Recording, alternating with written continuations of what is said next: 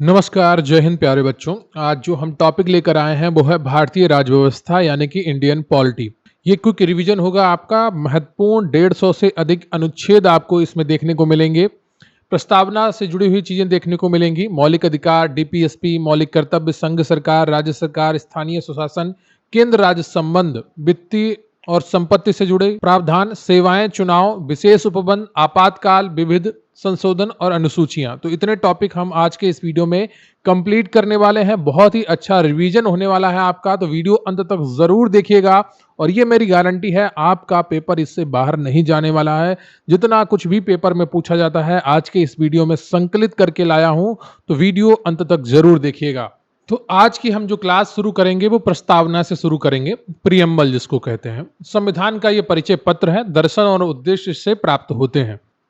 जवाहरलाल नेहरू ने इसे संविधान की आत्मा कहा है। यह बताती है कि संविधान अपनी शक्ति सीधे जनता से प्राप्त करता है। न्याय यहाँ पर 3 प्रकार का उल्लेखित है: सामाजिक, आर्थिक और राजनीतिक। स्वतंत्रता यहाँ पर 5 प्रकार की उल्लेखित है: विचार, अभिव्यक्ति, विश्वास, धर्म और उपासना की स्वतंत्रता। समता की अगर बात करें तो 2 प्रकार की समता उल्लेखित है: प्रतिष्ठा और अवसर की। बंधुत्व की अगर बात की जाए तो व्यक्ति की गरिमा और राष्ट्र की एकता और अखंडता सुनिश्चित करना। 42वां संविधान संशोधन अधिनियम 1976 के द्वारा इसमें 3 नए शब्द जोड़े गए: एक समाजवादी, दूसरा पंथ निरपेक्ष और तीसरा अखंडता। अब हम बात करें संविधान के भाग 1 और 2, संघ, राज्य क्षेत्र और नागरिकता। भाग 1 में संघ राज्य क्षेत्र है और भाग 2 में नागरिकता है। आर्टिकल 1 कहता है कि संघ का नाम और राज्य क्षेत्र इंडिया, जो कि भारत है, राज्यों का एक संघ होगा, यानी कि India that is Bharat shall be union of A state, ये लिखा है। आर्टिकल 2 कहता है कि नए राज्यों का प्रवेश या स्थापना जो पहले से भारत का हिस्सा नहीं है। तो अगर जो भारत का पहला हिस्सा नहीं है, पहले से एक सिक्किम राज्य था, ठीक है, जो अभी वर्तमान में है, इसको अनुच्छेद 2 के तहत भारत में जोड़ा गया था। आर्टिकल 3 कहता है कि नए राज्यों का निर्माण और वर्तमान राज्यों की क्षेत्रों, सीमाओं या नामों में परिवर्तन। जो नए राज्यों का निर्माण होता है, जैसे उत्तराखंड बना, झारखंड बना बिहार से अलग होकर, छत्तीसगढ़ बना मध्य प्रदेश से अलग होकर, तो इन राज्यों का जो निर्माण होता है वो होता है अनुच्छेद 3 के द्वारा। यह साधारण बहुमत से पारित हो जाता है। आर्टिकल 5 कहता है कि संविधान के प्रारंभ पर नागरिकता के क्या प्रबंध थे। आर्टिकल 11 कहता है कि संसद द्वारा नागरिकता के अधिकार का विधि द्वारा विनियमन किया जाना। इसी शक्ति का प्रयोग कर संसद में नागरिकता अधिनियम 1955 पारित किया, यानी कि नागरिकता से संबंधित कानून बनाने का अधिकार संसद के पास है, यह आप ध्यान रखिएगा। अब हम बात करेंगे मौलिक अधिकार की, फंडामेंटल राइट्स की। भाग 3 में है। भारत का मैग्ना कार्टा इसे कहा जाता है।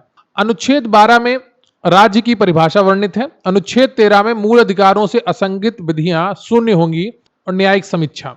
तो आर्टिकल जो 13 है वो बताता है कि अगर ऐसा कोई कानून बनता है, ऐसे कोई नियम बनते हैं जो मूल अधिकारों का हनन करते हैं, वो सभी शून्य माने जाएंगे। अनुच्छेद 14 कहता है कि विधि के समक्ष समता। अनुच्छेद 15 कहता है कि धर्म, मूल वंश, जाति, लिंग या जन्म स्थान के आधार पर भेदभाव का प्रतिषेध है। आर्टिकल 16 कहता है कि लोक नियोजन में अवसर की समता। लेकिन यहाँ पे ABC करके वर्ग के आधार पर वर्गीकरण किया है। जो आरक्षण का लागू हुआ है वो इसी आर्टिकल 16 में संशोधन के द्वारा OBC का लागू हुआ है, EWS का लागू हुआ है। आर्टिकल 17 अस्पृश्यता का अंत, यानी कि छुआछूत को खत्म करना। आर्टिकल 18 यानी कि उपाधियों का अंत, केवल शिक्षा से जुड़ी हुई उपाधि यहां पर मानी जाती है। आर्टिकल 19 वाक स्वतंत्रता आदि विषयक 6 अधिकारों का संरक्षण, यानी कि 6 प्रकार की स्वतंत्रता यहां पर मिलती है: बोलने की, संघ बनाने की, विचरण करने की। आर्टिकल 20 कहता है कि अपराधों के लिए दोष सिद्ध के संबंध में संरक्षण। आर्टिकल 21 कहता है कि प्राण और दैहिक स्वतंत्रता का अधिकार। तो ये प्राण और जीवन की रक्षा के लिए आर्टिकल 21 है, ये कभी आपका खत्म नहीं होता है। आर्टिकल 21A कहता है कि 6 से 14 वर्ष के बच्चों के लिए शिक्षा का अधिकार। ये 86वां संविधान संशोधन 2002 द्वारा लागू किया गया था। आर्टिकल 22 कहता है कि गिरफ्तारी और निरोध से संरक्षण। आर्टिकल 23 कहता है कि मानव के दुर्व्यापार और बलात् श्रम का प्रतिषेध। तो दुर्व्यापार या बलात् श्रम नहीं करवाया जा सकता, आर्टिकल 23 कहता है।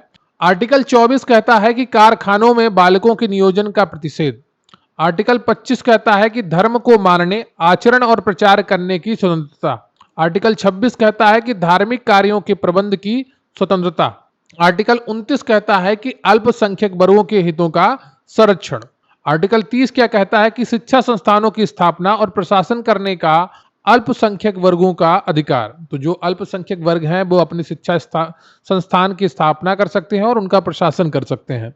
आर्टिकल 32 संवैधानिक उपचारों का अधिकार है। रिट जारी करने की सुप्रीम कोर्ट की शक्ति है।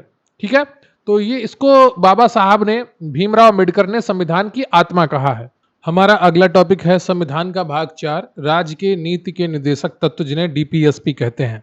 आर्टिकल 36 से 51 तक इनका वर्णन है। कल्याणकारी राज्य की स्थापना हेतु इनका संविधान में जोड़ा गया है। आर्टिकल 37, यह तत्व न्यायालय द्वारा प्रवर्तनीय नहीं है, फिर भी देश के शासन में मूलभूत है। इसका अर्थ यह होता है कि आप न्यायालय जाकर इनकी मांग नहीं कर सकते हैं। सरकार अपने सुविधा अनुसार, अपनी क्षमता अनुसार इनको नागरिकों को प्रदान करेगी। आर्टिकल 38 कहता है कि राज्य लोक कल्याण की अभिवृद्धि के लिए सामाजिक व्यवस्था बनाएगा। यहाँ पर आर्टिकल जो 36 है उसमें राज्य की परिभाषा दी गई है। एक अनुच्छेद 12 में राज्य की परिभाषा दी गई है और एक अनुच्छेद 36 में राज्य की परिभाषा दी गई है।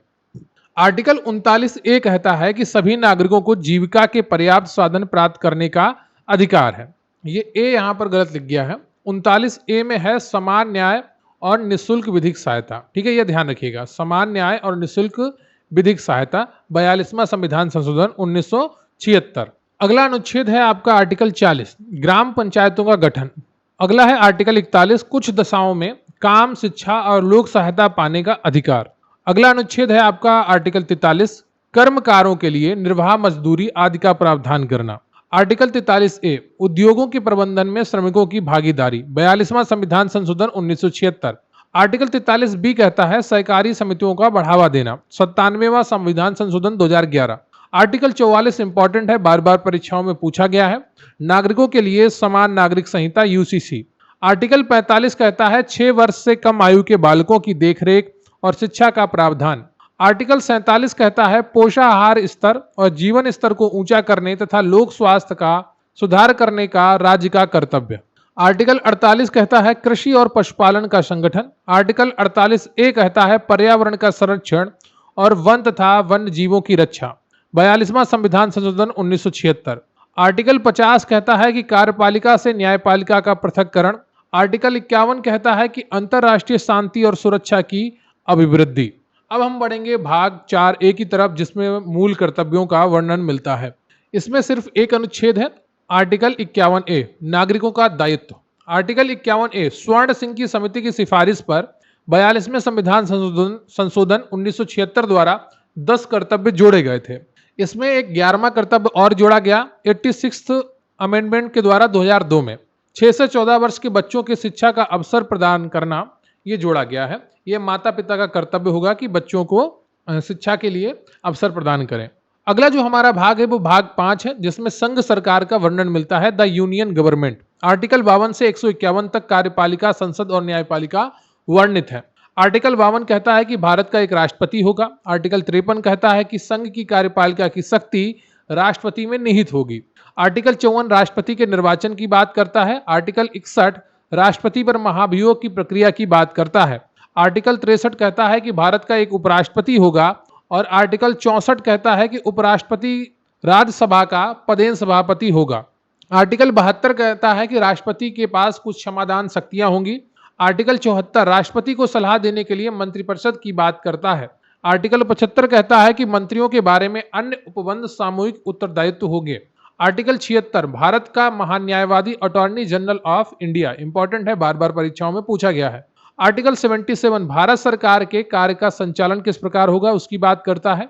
आर्टिकल 78 राष्ट्रपति को जानकारी देने आदि के संबंध में प्रधानमंत्री के कर्तव्य। आप देखते होंगे कि बीच बीच में प्रधानमंत्री राष्ट्रपति के पास जाते रहते हैं, तो ये आर्टिकल 78 के तहत जाते रहते हैं, उन्हें पूरे कार्य की सूचना देनी पड़ती है प्रधानमंत्री को, राष्ट्रपति को।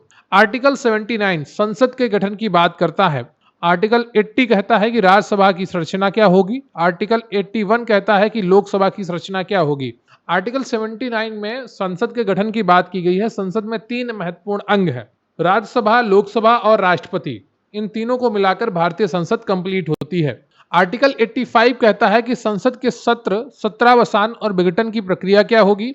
आर्टिकल 93 कहता है कि लोकसभा और का अध्यक्ष और उपाध्यक्ष का चुनाव कैसे होगा, कौन बनेगा। आर्टिकल 100 कहता है कि सदनों में मतदान और गणपूर्ति कोरम कैसे कंप्लीट की जाएगी, उसके बारे में अनुच्छेद 100 में मिलता है। आर्टिकल 102 बताता है कि संसद की सदस्यता के लिए निर्धारताएं क्या हैं, कि किस तरीके से किसी को डिस्क्वालीफाई किया जा सकता है। आर्टिकल 105 इंपॉर्टेंट है, बार बार परीक्षाओं में पूछा गया है।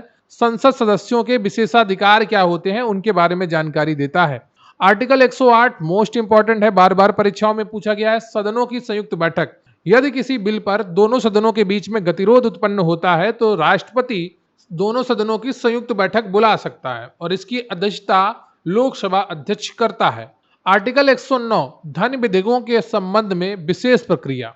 आर्टिकल 110 धन विधेयक की परिभाषा। आर्टिकल 111 विधेयकों पर राष्ट्रपति की अनुमति, वीटो पावर। आर्टिकल 112 वार्षिक वित्तीय विवरण, बजट। देखिए, बजट का कहीं पर भी उल्लेख नहीं है भारतीय संविधान में। वार्षिक वित्तीय विवरण लिखा हुआ मिलता है, उसी को बजट कहा जाता है। आर्टिकल 117 वित्तीय विधेयकों के बारे में विशेष उपबंध। आर्टिकल 123 कहता है कि राष्ट्रपति के पास अध्यादेश जारी करने की शक्ति होती है, जो 6 माह तक प्रभावी होता है। आर्टिकल 124 बताता है कि उच्चतम न्यायालय की स्थापना और गठन किस प्रकार होगा। आर्टिकल 127 बताता है कि तदर्थ न्यायाधीशों, एडहॉक जजेस की नियुक्ति किस प्रकार होगी। आर्टिकल 129 बताता है कि उच्चतम न्यायालय का अभिलेखीय न्यायालय होना, यानी कि इस उच्चतम न्यायालय के जो फैसले हैं वो अन्य न्यायालयों के लिए, स्वयं उच्चतम न्यायालय के लिए अभिलेख की तरह कार्य करेंगे। आर्टिकल 131 कहता है कि उच्चतम न्यायालय का आरंभिक क्षेत्राधिकार क्या है। आर्टिकल 136 कहता है कि अपील के लिए उच्चतम न्यायालय की विशेष इजाजत, एसएलपी। आर्टिकल 137 बताता है कि उच्चतम न्यायालय द्वारा निर्णयों का पुनर्विलोकन, यानी कि कोई निर्णय दिया है उसका पुनर्विलोकन भी किया जा सकता है अनुच्छेद 137 के तहत। आर्टिकल 141 कहता है कि उच्चतम न्यायालय द्वारा घोषित विधि का सभी न्यायालयों पर बाध्यकारी होना। अगर उच्चतम न्यायालय कोई विधि घोषित करता है तो वो हाई कोर्ट में भी और जिला सत्र न्यायालयों में भी बाध्यकारी होगी। आर्टिकल 143 बताता है कि उच्चतम न्यायालय से परामर्श करने की राष्ट्रपति की शक्ति। तो अनुच्छेद 143 के तहत राष्ट्रपति उच्चतम न्यायालय से परामर्श ले सकता है। अभी आपकी वर्तमान राष्ट्रपति द्रौपदी जी ने उच्चतम न्यायालय से परामर्श मांगा है कुछ विषयों पर, लेकिन उनकी सलाह, उच्चतम न्यायालय की सलाह मानने के लिए राष्ट्रपति विवश नहीं होता है। आर्टिकल 148 भारत का नियंत्रक महालेखा परीक्षक यानी कैग की नियुक्ति किस प्रकार होगी, उसकी यहां पर जानकारी मिलती है। आर्टिकल 149 कैग के कर्तव्य और शक्तियां। हमारा जो अगला भाग है वो है भाग 6 राज्य सरकारें, द स्टेट गवर्नमेंट्स। आर्टिकल 152 से 237। आर्टिकल 153 बताता है राज्यों के राज्यपाल। आर्टिकल 155 बताता है राज्यपाल की नियुक्ति। आर्टिकल 161 कहता है राज्यपाल की क्षमादान की शक्ति। और आर्टिकल 163 बताता है राज्यपाल को सलाह देने के लिए मंत्रिपरिषद। आर्टिकल 164 कहता है कि मुख्यमंत्री की नियुक्ति राज्यपाल करेंगे। इंपॉर्टेंट है, बार बार परीक्षाओं में पूछा गया है। 155 और 164। राज्य का महाधिवक्ता। आर्टिकल 165 इंपॉर्टेंट है।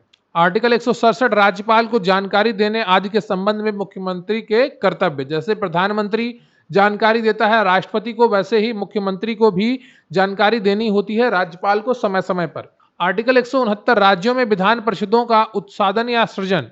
आर्टिकल 174 राज्य विधानमंडल के सत्र, सत्रावसान और विघटन की प्रक्रिया की बात करता है। आर्टिकल 200 विधेयकों पर राज्यपाल की अनुमति की बात करता है। आर्टिकल 202 राज्य का वार्षिक वित्तीय विवरण की बात करता है, यानी कि बजट की। तो 112 में संसद का बजट आता है, राज्य देश का वार्षिक वित्तीय विवरण, और 202 में राज्य का वार्षिक वित्तीय विवरण आता है। आर्टिकल 213 राज्यपाल की अध्यादेश जारी करने की शक्ति। 123 में राष्ट्रपति के पास अध्यादेश जारी करने की शक्ति है और 213 में राज्यपाल के पास अध्यादेश जारी करने की शक्ति है। आर्टिकल 214 कहता है कि राज्यों के लिए उच्च न्यायालय की स्थापना होगी। आर्टिकल 215 बताता है कि उच्च न्यायालयों का अभिलेखीय न्यायालय होना, यानी हाई कोर्ट अगर कोई फैसला देता है तो उस फैसले को उदाहरण के तौर पर प्रयोग किया जा सकता है निचली अदालतों में और हाई कोर्ट में।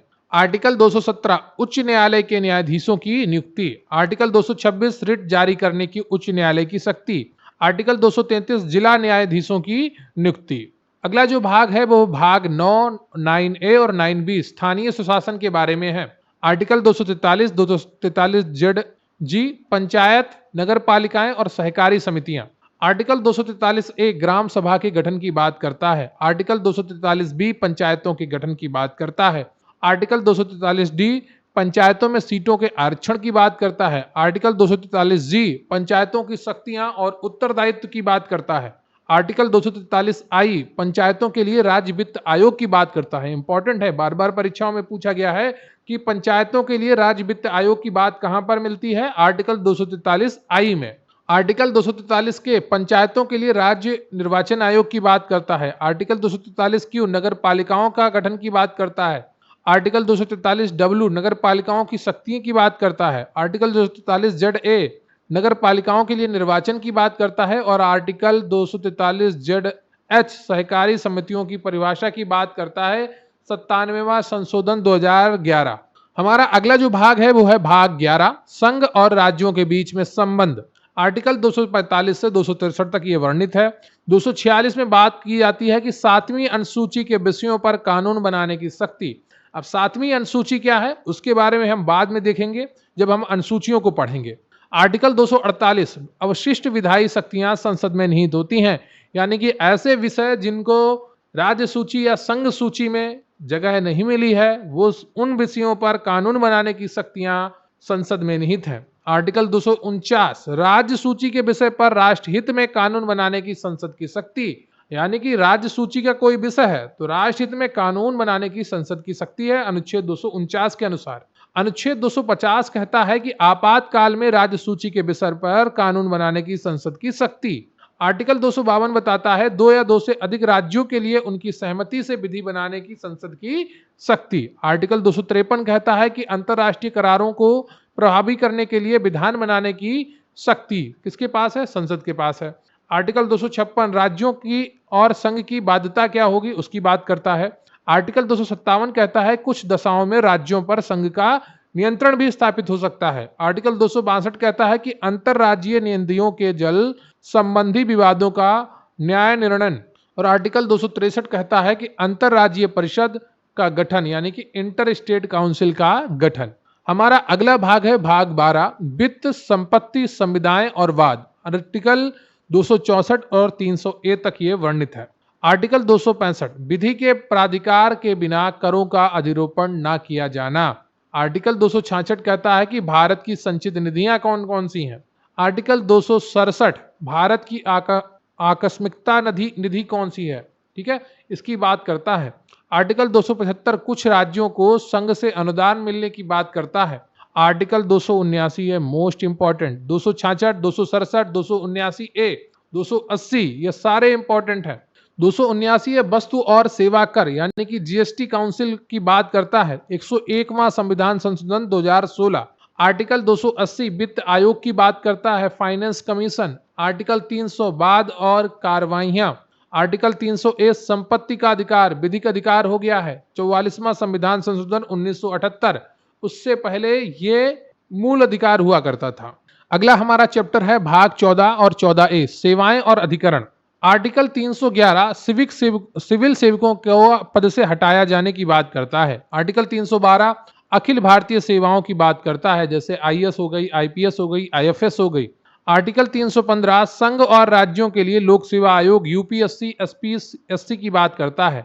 आर्टिकल 320 लोक सेवा आयोगों के कार्य की बात करता है। आर्टिकल 323 ए प्रशासनिक अधिकरण एडमिनिस्ट्रेटिव ट्रिब्यूनल्स की बात करता है।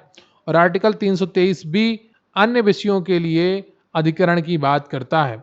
हमारा अगला भाग है भाग 15 जो निर्वाचन से जुड़ा हुआ है। आर्टिकल 324 से 329 तक ये वर्णित है। 324 में निर्वाचन आयोग में अधीक्षण, निदेशन और नियंत्रण के निहित होगा, ठीक है।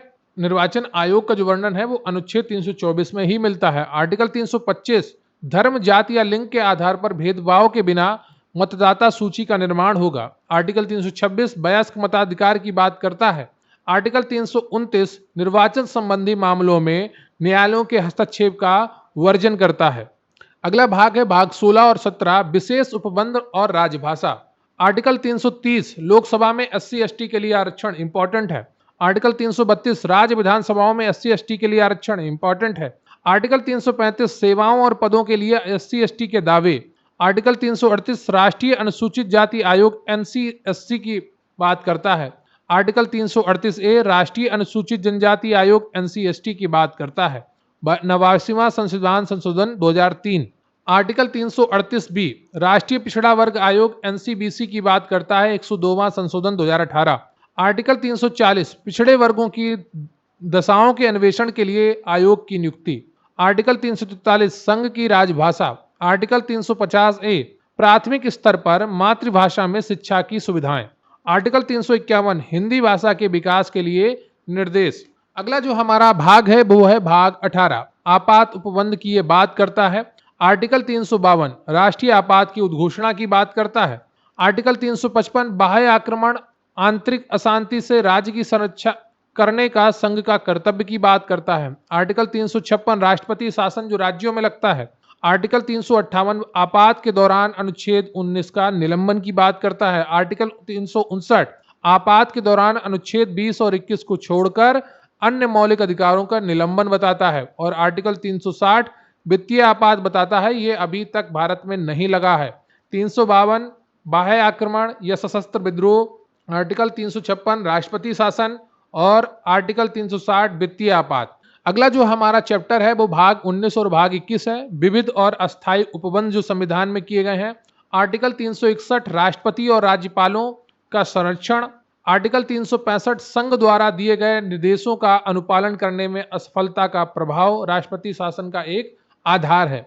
आर्टिकल 370 जम्मू कश्मीर के संबंध में अस्थायी उपबंध करता था, इसे वर्तमान में समाप्त कर दिया गया है। आर्टिकल 371 महाराष्ट्र, गुजरात, नागालैंड, असम, मणिपुर आदि राज्यों के लिए विशेष उपबंध करता है। अगला है भाग 20 संविधान का संशोधन। आर्टिकल 368 संविधान का संशोधन करने की संसद की शक्ति और उसके लिए प्रक्रिया की यहाँ पर बात बताई गई है। ये केशवानंद भारती मामले 1973 में स्थापित मूल ढांचे के सिद्धांत के अधीन आता है। अब हम बात करेंगे अनुसूचियों की जो संविधान में वर्णित है। संविधान के अंत में दी गई हैं 12 सूचियां। ठीक है, पहले तो ये 8 थी लेकिन बाद में ये 12 हो गई। पहली अनुसूची में राज्य और केंद्र शासित प्रदेश का वर्णन मिलता है। सेकेंड अनुसूची में वेतन, भत्ते और विशेषाधिकार का वर्णन मिलता है। लेकिन यहाँ पर उपराष्ट्रपति के पद का वेतन नहीं वर्णित है, क्योंकि उपराष्ट्रपति के पद को जो वेतन ही नहीं मिलता है, उपराष्ट्रपति को राज्यसभा के सभापति के रूप में वेतन मिलता है। तीसरी अनुसूची शपथ और प्रतिज्ञान के प्रारूप के रूप में बात करती है। चौथी अनुसूची राज्यसभा में सीटों के आवंटन की बात करती है। पांचवी अनुसूची अनुसूचित क्षेत्रों और जनजातियों के प्रशासन की बात करती है। छठी अनुसूची असम, मेघालय, त्रिपुरा, मिजोरम में जनजातीय क्षेत्रों का प्रशासन की बात करती है। सातवीं अनुसूची संघ सूची, राज्य सूची और समवर्ती सूची की बात करती है। आठवीं अनुसूची 22 मान्यताएं प्राप्त भाषाएं बताती है। संविधान जब लागू हुआ तो 14 भाषाओं को मान्यता प्राप्त था, धीरे धीरे ये 22 हो गई। 9th अनुसूची भूमि सुधार संबंधी कानूनों के संरक्षण की बात करता है और ये पहले संविधान संशोधन द्वारा जोड़ी गई थी। 10th जो अनुसूची है वो दल बदल विरोधी कानून है, जिसे दल बदल कानून के नाम से भी जाना जाता है। ये 52वें संविधान संशोधन 1985 में जोड़ा गया। 11वीं जो अनुसूची है वो पंचायतों की शक्तियों की बात करती है। यहाँ पर 29 विषय वर्णित है। 73वां संविधान संशोधन 1992। और 12वीं जो अनुसूची है वो नगर पालिकाओं की शक्तियां की बात करती है। 18 विषय है यहाँ पर और ये 74वां संविधान संशोधन 1992।